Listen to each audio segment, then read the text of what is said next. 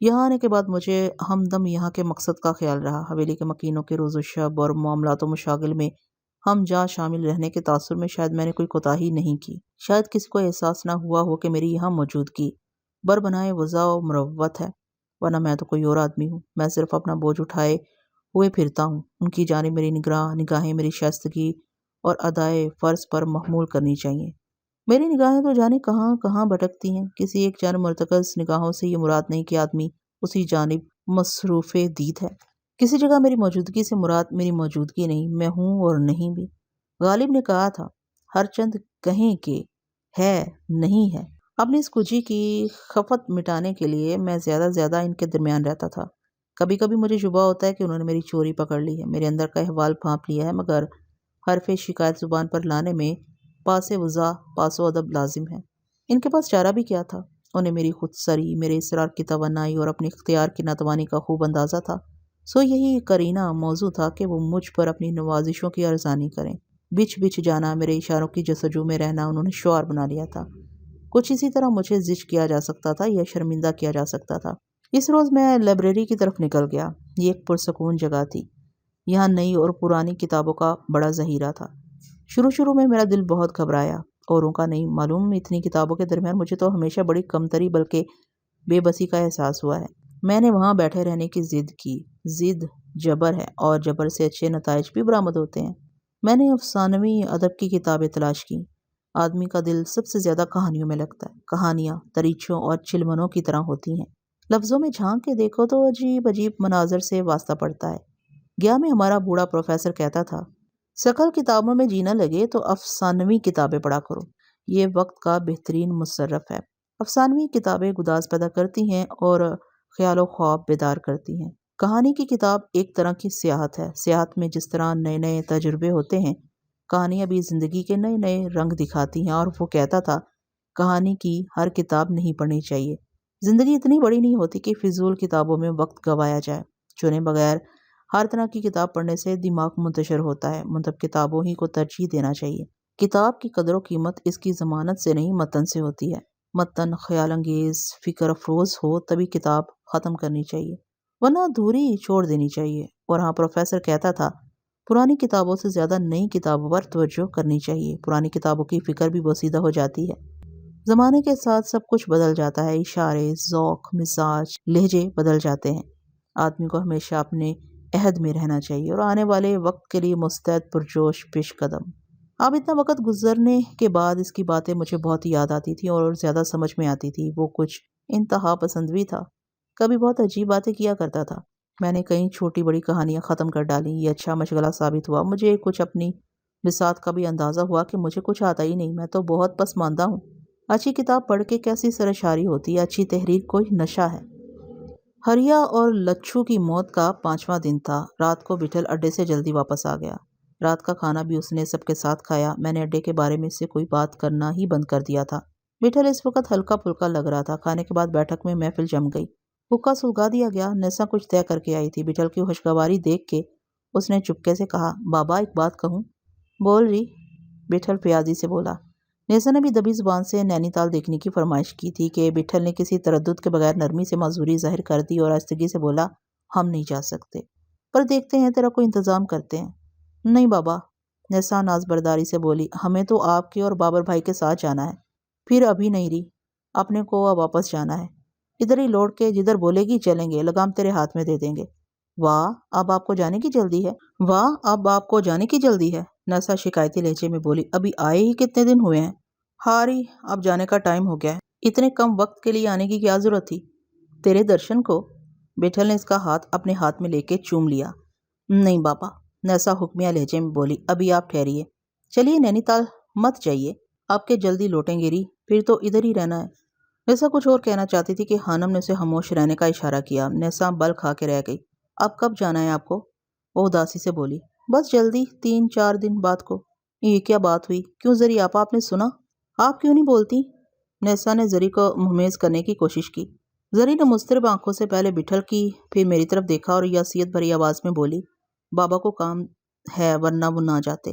دیکھا ری، بٹیا جانتی ہے اور سمجھتی ہے۔ بٹھل نے روانگی کے لیے 3-4 دن بتائے تھے، گویا اب وہ فیض آباد کے اڈے کے کاموں سے نبٹ چکا تھا۔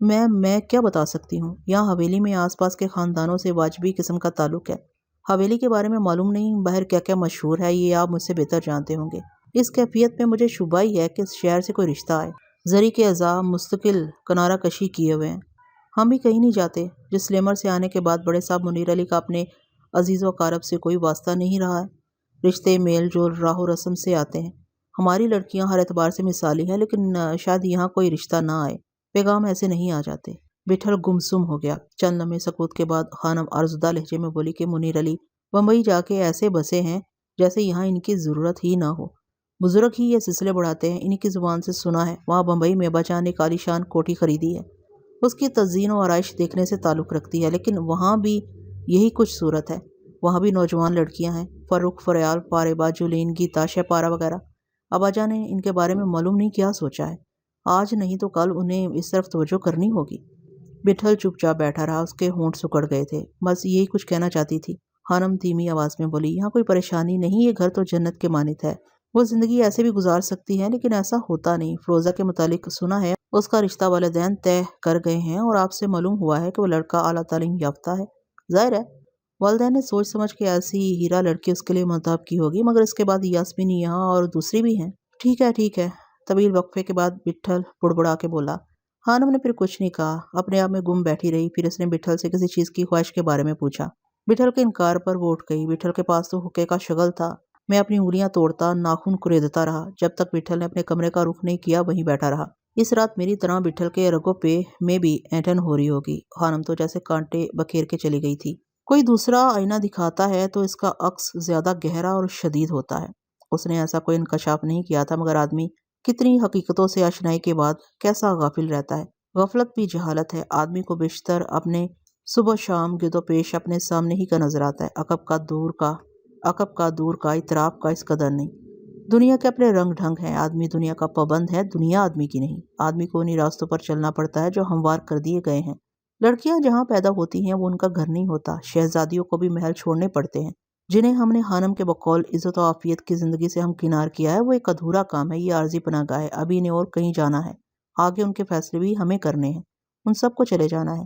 زری جو اس حویلی کی دھڑکن ہے، اسے بھی یہاں سے چلے جانا ہے۔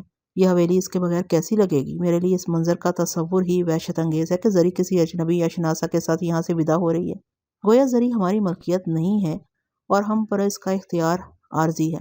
لڑکیاں پیدا ہی کیوں ہوتی ہیں تو ایسا ہی کیوں ہوتا ہے؟ خانم کا مخاطب میں بھی تھا، حالانکہ وہ جانتی تھی کہ میری بات تو جداگانہ ہے، میں تو کوئی اور آدمی ہوں، مجھے اپنے آپ ہی سے فرصت کہاں ہے۔ مجھے تو یہ بھی یاد نہیں رہا کہ میری بھی 3 جوان بہنیں ہیں۔ میرا سر جیسے دھنک رہا تھا۔ بٹھل بھی جاگ رہا ہوگا۔ جی میں آتا تھا کہ اس کے پاس جا کے بات کروں، لیکن یہ سوچ کے رہ گیا کسی اور تنگ کروں گا۔ اس کے پاس کون سی جادو کی چھڑی ہے؟ وہ تو بیشتر اڈوں پاڑوں میں رہا ہے۔ میرا بھی ایک زمانے سے کون سا گھر سے تعلق ہے، 7 سال جیل میں گزارے، کئی سال سے سفر جاری ہے۔ ہم دونوں کو کسی گھر کے قواعد و ضوابط کا تجربہ ہی کتنا ہے۔ ہمیں تو چاقو بازی کا تجربہ ہے، اڑتی چڑیا کو نشانہ بنا سکتے ہیں، مگر ہر جگہ زور و بازو کام نہیں آتا۔ گویا سب کی سب حسن و جمال میں یکتا ہیں، ایک سے بڑھ کے ایک، سلیقہ شعار، خوش گفتار، تعلیم یافتہ اور صاحب کردار۔ ان کے ساتھ زندگی بسر کرنے والے بھی پھر انہی جیسے ہونے چاہیے۔ خانم کہتی تھی کہ یہ حویلی کسی جنت کے مانند ہے، مگر یہ جنت تو ایک جزیرہ ہے، ایک جزیرہ جہاں باہر کی دنیا کے محدود چند لوگوں کے سوا کسی سے کوئی رابطہ نہیں۔ باہر کے لوگوں کو حویلی میں آباد لوگوں کے صفات و کمالات کی کیا خبر؟ کون انہیں بتائے کہ یہاں کیسے نادر لوگ بستے ہیں؟ یہ تو ریشم کے مانند ہے، انہیں پھولوں سے شغف ہے، نہ کتابیں پڑھتے ہیں اور نہ دل نشیں باتیں کرتے ہیں۔ ایک دوسرے کا ادب و احترام ان کا شعار ہے، اور ان میں ایک دوسرے کو معاف کرنے، رعا دینے کی خوب بدرجہ کمال ہے۔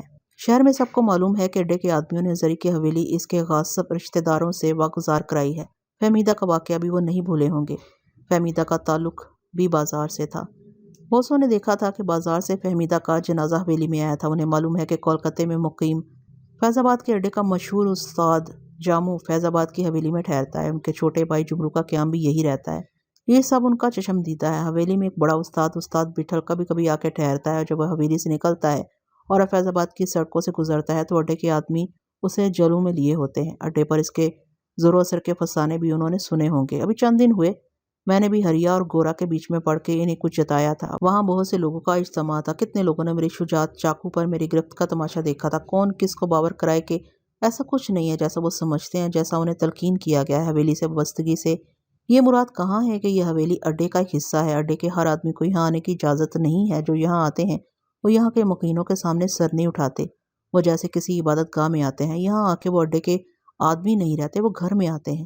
کون اتنے لوگوں کی بدگمانیاں رفع کرے گا کہ ان کا دیکھا اور جانا ایک بہتان ہے۔ میلے کپڑے دھل کے اجلے ہو جاتے ہیں، غسل سے ناپاک آدمی پاک ہو جاتا ہے، بڑے بڑے زخم منتمل ہو جاتے ہیں، بڑی گہری سیاہیاں مٹ جاتی ہیں، لیکن کسی حادثے یا سانحے کی وجہ سے کسی لڑکی کا واسطہ بازار سے ہو جائے تو سمندر بھی ناکافی ہے۔ عبادت گاہوں سے واپس آ کے لوگ کیا دوبارہ ناپاک نہیں ہوتے؟ بازار کی زندگی ترک کر دینے کے باوجود کیا کوئی کبھی پاک صاف نہیں ہو سکتا؟ لوگ یہ بھی نہیں دیکھتے کہ کون اپنی مرضی سے بازار سے وابستہ ہے اور کون وہاں کے پنجرے میں پھڑپھڑاتا ہے۔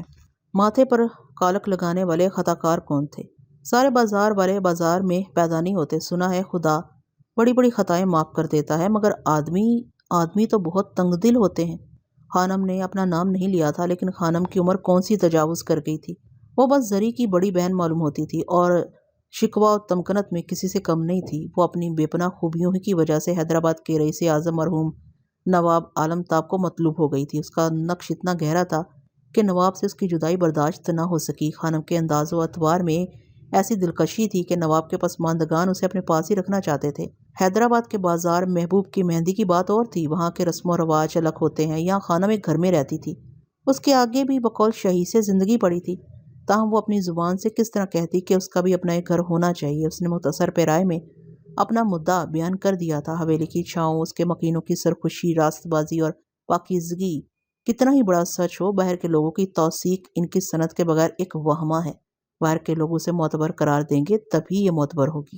خانم نے بمبئی میں اباجان کے گھر کی طرف بھی اشارہ کیا تھا، مگر وہاں ایسی بات نہیں تھی۔ بمبئی ایک بڑا شہر ہے، وہاں لوگ ایک دوسرے کے قریب رہ کے بھی قریب نہیں ہوتے، نہ وہ ٹو میں لگے رہتے ہیں، انہیں اپنی بھاگ دوڑ سے فرصت نہیں ملتی۔ بڑے شہر کے لوگوں کی یادداشت بھی کچھ کمزور ہوتی ہے۔ بمبئی میں اباجان اپنی شان و شوکت کے اظہار سے خود گزرے تھے اور خود عائد کردہ شدائد اور محرومیوں کی تلافی کر رہے تھے۔ وہ شاید ساری دنیا خریدنے کے تمنائی تھے۔ دولت مندوں کی بات تو ہر جگہ بالا ہوتی ہے، مگر بڑے شہروں میں غریب اور ناتماں لوگوں کی خوب پردپوشی ہو جاتی ہے۔ بڑے شہروں میں ذات پات، چھوت چھات، اونچ نیچ، کسی کے ماضی و مستقبل سے ایسا سروکار نہیں ہوتا۔ وہاں رما جیسی شعلہ صفت لڑکیاں رہتی ہیں، ہر دم کچھ نیا سوچنے، نیا کرنے کے لیے بےتاب، اور کیلاش جیسے نوجوان۔ بہت عالی مقام خانوادے کی وہ لڑکی نوجوان رما بڑے ذوق و شوق سے ابا جان کے گھر آتی ہے اور سب سے گھل مل جاتی ہے۔ اس کی بے باکی، روشن خیالی اور آزادی میں کسی قسم کی بے مہاری نہیں ہے۔ وہ ایک تعلیم یافتہ لڑکی ہے۔ گھریلو تعلیم و تربیت کے علاوہ رما کے ہاں کچھ خود اس کی افتاد طبع، کچھ بڑے شہر کے بے نیازانہ اور فراق دلانہ ماحول کا بھی بڑا دخل ہے۔ اس کی رفاقت میں کوئی تلاطم سا سینے میں بیدار ہو جاتا ہے۔ وہ میری دوستی کی مدعی ہے اور بس، اس کے سوا اس کا کوئی اور مطلب نہیں۔ وہ کہتی ہے تم سے میرا تعلق خاطر میرا اپنا معاملہ ہے۔ وہ کہتی ہے تم سے میرا تعلق خاطر میرا اپنا معاملہ ہے، تم اپنے مثبت یا منفی رد عمل کی زحمت میں نہ پڑنا۔ ہاں میری کوشش ہوگی، میری آرزو ہے کہ تم مجھے محسوس کرتے رہو۔ ایک بار اس نے ایسا ہی کچھ کہا تھا۔ وہ مجھے کشتی میں بٹھا کے دور پانیوں میں لے جاتی ہے اور میرا سر اپنے زانوں پر رکھ کے میری چارہ سازی کے لیے بیقرار رہتی ہے، اور اس کا بھائی خوش کلام موجہ زیب نوجوان ڈاکٹر کیلاش اوسط درجے کے گھر سے تعلق رکھنے والی ایک لڑکی جولین کا طلبگار ہے۔ جولین کے لیے وہ اپنے باپ کے آجہانی دوست کا بڑا ترکہ قربان کر دینے کے در پہ ہے۔ یہ کیسا عجوبہ ہے، ہر جگہ ایک جیسے آدمی ہوتے ہیں، جگہ جگہ ان کے تیور بدلے ہوئے ہیں، دنیا کے طور طریقے جگہ جگہ جدا ہوتے ہیں۔ بڑے شہروں میں چھوٹی بڑی بستیوں سے آ کے لوگ آباد ہوتے ہیں اور کیسے مختلف ہو جاتے ہیں۔ کچھ ابا جان کو بھی احساس ہوگا، وہ ایک دور اندیش آدمی ہے، ہر طرف ان کی نگاہ جاتی ہے۔ جزیات بھی تو وہ بے مثال ہیں، انہیں احساس ہونا چاہیے۔ وہ کتنے ہی محل تعمیر کر لیں، موٹر کاریں، 4 گھوڑوں کی سواری، مصاحبوں اور خدمتگاروں کا لو لشکر جمع کر لیں، ان کے وابستگان کی آسودگی کے بغیر ان کی بادشاہت ادھوری ہے۔ بادشاہ کا سکون رعایا کے سکون سے پیوستہ ہے۔ ابا جان کوئی برے آدمی نہیں ہے۔ وہ بمبئی میں اتنے لوگوں کو اپنے گھر اپنی قلم روح میں جمع کیے ہوئے ہیں، اور تو یہ ان کی ہوئے خسروانہ ہے۔ وہ اپنے لیے بطور خاص الگ محل بھی بنوا سکتے تھے، دولت کی ان کے پاس کمی نہیں ہے۔ شاید یہی بہتر ہے کہ فیض آباد کی حویلی کے سارے مکین بمبئی منتقل ہو جائیں۔ ویسے بھی سب کو ایک ہی جگہ ہونا چاہیے، دونوں گھر ایک ہی ہیں۔ بمبئی اور فیض آباد میں فاصلہ بھی بہت زیادہ ہے۔ بمبئی شہر ان سے ایسی مغایرت نہیں برتتے، مگر وہ بمبئی ہو یا فیض آباد یا کوئی اور جگہ، لوگ سڑک پر پڑے ہوئے تو نہیں مل جاتے۔ اچھے آدمی بہت کمیاب ہوتے ہیں، دولت کتنی ہی کرشمہ کار ہو، ہر آدمی پر اس کا طلسم کارگر نہیں ہوتا، اور اچھے آدمی کا تو کوئی مول بھاؤ نہیں ہوتا، صرف ابا جان بٹھل اور منیر علی کی تندہی مستعدی کافی نہیں۔ مجھے بھی یوں ہاتھ توڑے نہیں بیٹھے رہنا چاہیے۔ آگے کسی سفر سے پہلے مجھے اس سلسلے میں کوئی قدم اٹھانا چاہیے۔ میری سرگرمی انہیں بھی مہمیز کرے گی۔ چند روز بعد وٹھل یہاں سے جانے کا ارادہ رکھتا ہے، میں انکار کر دوں گا۔ ہارم ٹھیک کہتی ہے، وقت تو پھر اسی طرح گزرتا رہے گا اور مزید غفلت کی گئی تو اور دور چلا جائے گا۔ وقت کسی کی نہیں سنتا، اسے اپنی رفتار سے غرض ہے۔ آگے سفر میں کوئی مدت طے نہیں ہے، کچھ بھروسہ نہیں ہے کہ کہاں کس جگہ کوئی نواب ثروت یا سید محمود علی راہ میں مزاحم ہو جائے۔ مجھے اپنا یقین استوار رکھنا چاہیے کہ کتنی ہی دیر ہو جائے وہ میرا انتظار کرے گی۔ مولوی صاحب اسے مجھ سے دور رکھنے کے لیے کتنے ہی جتن کریں، انہیں مایوسی ہوگی، کورا کی آس نہیں ٹوٹے گی۔ میری امید قائم ہے تو اس کی بھی یقیناً قائم ہوگی۔ میرا دل یہی کہتا ہے کہ مولوی صاحب کیا جانے میرا اس سے کیا تعلق ہے۔ میں نے اس کے لیے گھر چھوڑ دیا ہے، مولوی صاحب خود گواہ ہیں۔ میں نے اس کے لیے 2 آدمیوں کا خون کر دیا تھا اور 7 سال جیل میں گزارے تھے۔ میں تو ابھی تک کسی زنداں میں ہوں اور اندھیری رات میں بدھ گیا سے اپنے اتالیق اور واحد سرپرست کے قتل کے بعد جان بچا کے جب وہ میرے گھر آئی تھی تو یوں ہی نہیں آ گئی تھی۔ کسی اعتماد میں اس نے میرے گھر کا رخ کیا تھا۔ اپنے مشفق اتالیق کی موت کے بعد اسے حوصلہ ہار دینا چاہیے تھا، لیکن کوئی یقین ہی اس کی توانائی کا باعث تھا۔ اسے معلوم تھا وہ اب اکیلی نہیں ہے، کوئی اور بھی ہے جو اس کے لیے بازو پھیلائے کھڑا ہے۔ وہ بھی کچھ طے کر کے آئی تھی، وہ خود کو ترک کر کے آئی تھی، اس نے خود کو میرے سپرد کر دیا تھا۔ مولوی صاحب کیا جانے، ہم دونوں ایک دوسرے کی امانت ہیں۔ 2 آدمی ایک نہیں ہو سکتے، لیکن ایک اگر دوسرے کے لیے خود کو ترک کر دے، صدق طلب ہو، تو ترک بھی حصول مراد کا ایک کرینہ ہے۔ مولوی صاحب بہت عالم آدمی ہیں، مگر اس رمز و بیاں سے ناشنا ہیں۔ کب تک وہ حجت کرتے رہیں گے؟ ایک دن وہ قائل ہو جائیں گے۔ ہم دونوں ایک دوسرے سے بچھڑ گئے ہیں تو یکجائی کے بغیر دونوں ہی ادھورے، دونوں ہی معطل ہیں۔ وہ تو میرا وجود ہے اور میں تو اس کا وجود ہوں۔ مجھے ایک بار نگریہ سادات میں حافظ عبدالخالق کے پاس اور جانا چاہیے۔ فیض آباد سے نگریہ سادات اتنی دور نہیں ہے۔ ممکن ہے اس دوران میں مولوی صاحب نے اپنے دوست حافظ صاحب سے رابطہ کیا ہو یا حافظ صاحب کو ان کے موجودہ ٹھکانے کا کچھ علم ہوا ہو۔ حافظ عبدالخالق نے ہم سے وعدہ کیا تھا اور وہ ایسے آدمی نہیں ہیں اپنی بات کا پاس نہیں کریں گے تو انہوں نے اچھی طرح جان لیا تھا کہ ہمیں دوسرے انداز سے بھی بات کرنا خوب آتا ہے۔ وہ رات انہیں یاد ہوگی جب وٹھل نے اپنے اور میرے ہاتھ کی کلائیوں پر چاقو سے لکیر کھینچ دی تھی۔ یہ لکیریں میری کلائی پر ابھی تک کندہ ہے، لیکن کسی عزم کی طمانینت سے جسم ہلکا ہلکا محسوس ہو رہا تھا۔ میں نے طے کیا کہ کل پہلے زری سے پھر وٹھل سے بات کروں گا۔ زری کے لیے اس حویلی کو حیرآباد کہنا آسان نہیں ہوگا، مجھے اس سے عارضی طور پر بمبئی چلے جانے کی بات کرنی چاہیے۔ مستقبل کی بات ہی نہیں کروں گا، بمبئی جا کے دیکھا جائے گا، وہاں سے فوراً واپس آنے کو خود اس کا جی نہیں چاہے گا، اسے آنے کون دے گا؟ جس طرح وہ وٹھل کی چہیتی ہے اسی طرح ابا جان کی، منیر علی کی۔ وہاں فرخ، فریال، فاریبہ اسے پلکوں پر بٹھائیں گے۔ وہاں گیتا ہے اور اس کی نہایت ہوش نہاد ماں اور شہپارہ ہے، جولین ہے، وہاں اس کی ملاقات رما سے ہوگی۔ دونوں میں بہت سی باتیں مشترک ہیں۔ بمبئی میں سمندر ہے اور بہت روشنیاں ہیں، کشادہ سڑکیں، اونچی عمارتیں، باغات۔ وہاں فیض آباد جیسی 4 دیواریاں ہیں، ایسے گھر نہیں ہیں زندہ کے مانند۔ فیض آباد تو بوڑھے بوڑھے گھروں کا شہر ہے۔ جانے کس وقت میری آنکھوں میں نیند اتر آئی۔